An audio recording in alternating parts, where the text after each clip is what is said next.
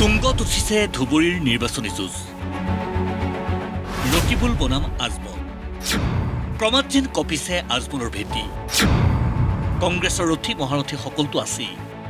সমান্তৰালকৈ আজমলৰ ভেটি কপাই তুলিছে অখিল লুৰিনৰ আগ্ৰাসী নিৰ্বাচনী প্ৰচাৰে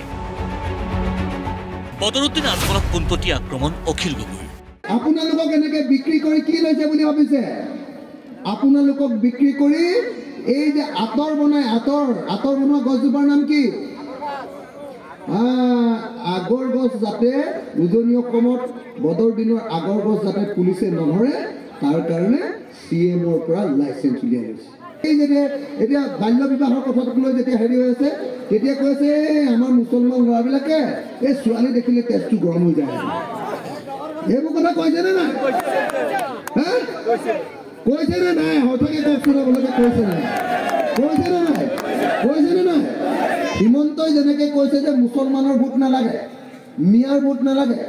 মুছলমানে আৰু 300 বছৰো আমাক ভোট দিব নালাগে বুলি কৈছে নে নাই বদৰুদ্দিন আজমলেও আপোনালোকক একেই ঘটনা কৰি আছে কৈছে নে নাই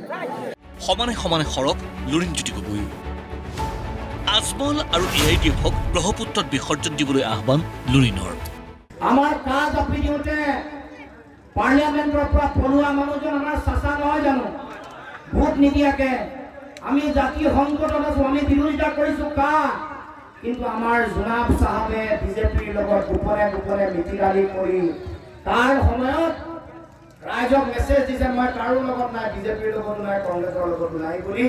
ভোট নিদিয়াকে পৰাইছে মই কৈছো নাই ঠিক আছে বিজেপিৰ লগত নাই কংগ্ৰেছৰ লগত নাই আপুনিতো আমাৰ জাতিটোৰ লগতো নাই আমাৰ ৰাইজৰ লগতো নাই আমাৰ কা বিৰোধিতা কৰিব লাগিছে তিনিটা চাবি আছিল এটা চাবি দিল্লীত বেলেগৰ ওচৰত দিছে আমাৰ মোদী সাহেবৰ যেতিয়াই বেপাৰৰ কথা যেতিয়াই আৰৱলে মধ্যপ্ৰাচ্যলে মিডিল ইষ্টলে যেতিয়া মাল সাপ্লাই কৰিব লাগে লগে লগে সেই চাবিৰ লগত যোগাযোগ হৈ যায় মোদীৰ চাবিৰ লগত আৰু অসমত এটা চাবি দিছে আমাৰ হিমন্ত বিশ্ব শৰ্মা অসমত এই গোলাঘাটৰ পৰা আমাৰ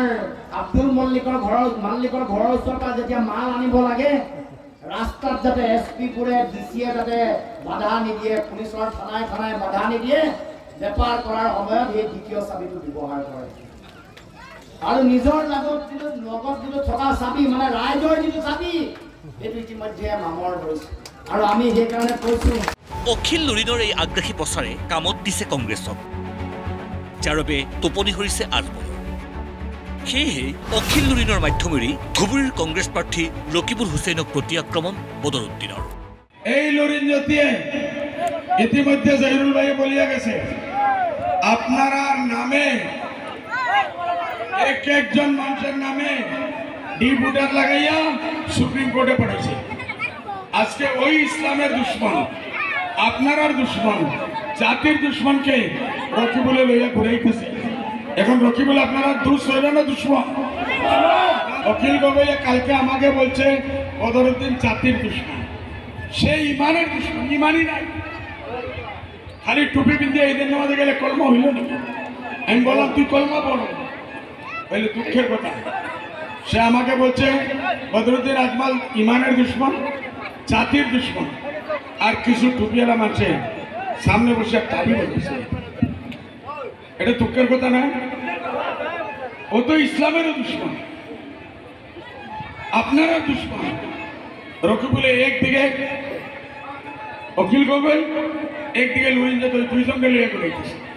অখিল লুৰিণক লৈ আজমল ব্যস্ত এই চকতে সংখ্যালঘু জনতাৰ চিত্ত আকৰ্ষণৰ চেষ্টা কংগ্ৰেছ নেতৃত্বৰ সুযোগৰ সুপ্ৰয়োগ ভূপেন বৰাৰ আপোনালোকৰ গাত লাগে না নালাগে নাজানো আপোনালোকৰ গাত লাগে না নাজানো মোৰ মহাবীৰ লাচিত বৰফুকনে যেতিয়া ব্ৰহ্মপুত্ৰৰ মানৱ যুদ্ধ কৰিছিলে লাচিত বৰফুকনৰ পিছফালে থিয় হৈ থকা ইছমাইল ছিদ্দিকীক যেতিয়া কোনোবাই বিদেশী বুলি কয় তেতিয়া ভূপেন বৰাৰ কলিজাত লাগে মুজামিল হকক বুকুত গুলি খাইছিলে আৰু মুজামিল হকক যেতিয়া কোনোবাই বিদেশী বুলি কয় এই কথা মই সহ্য কৰিব নোৱাৰো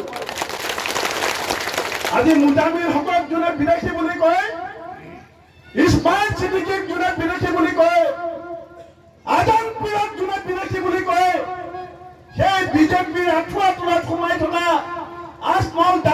তলা চাবি লৈ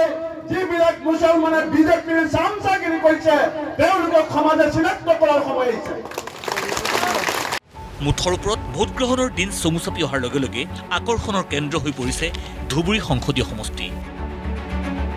চাবলগীয়া হৈছে নেতাৰ সংখ্যালঘু প্ৰীতিও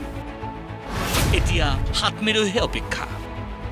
ব্যুৰ ৰিপৰ্ট প্ৰতিদিন টাইম